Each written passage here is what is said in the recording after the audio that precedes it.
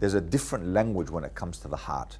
It's that same type of language that Ghazali alluded to when Ghazali he replied to all the various types of experts in the fields, whether it was the theologians, whether it was the philosophers, and so on and so forth. But when it came to the language of the heart, it was about experience. And so that path, that meant that Ghazali had to walk a particular path. It wasn't something that you could just deconstruct with language. It wasn't something that you could deconstruct with information.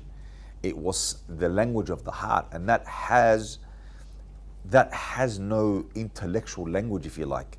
There are no words to that. There are no words that you can use to deconstruct that. It's an experience. So intellectual faith has nothing in that facet when it comes to being led by the heart.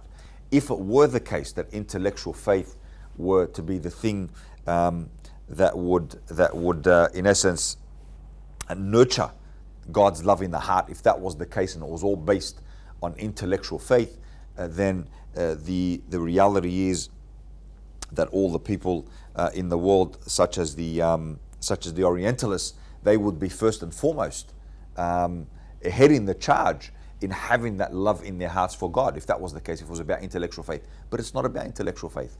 And he says something a bit funny, Sayyid al-Buti. He said, have you ever seen a scientist sacrifice his life for the sake of a mathematical principle or an algebraic formula?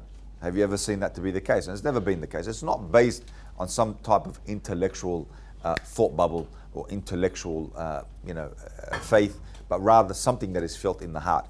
And it was that thing that Ghazali was really talking about. Ghazali, he walked the path, he experienced something, he developed that love in his heart, and after that it restored everything that he had doubted, right? Because Ghazali was in doubt. Ghazali fell in doubt.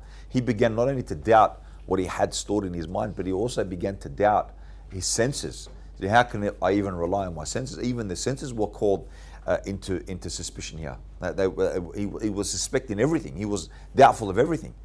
But when he walked that path, he said everything was restored. And he walked that path for a long time. And that's why they called him Hujjatul Islam, the proof of Islam. And that can be tested. That can be tested. You just have to walk the path and you'll see what comes of it.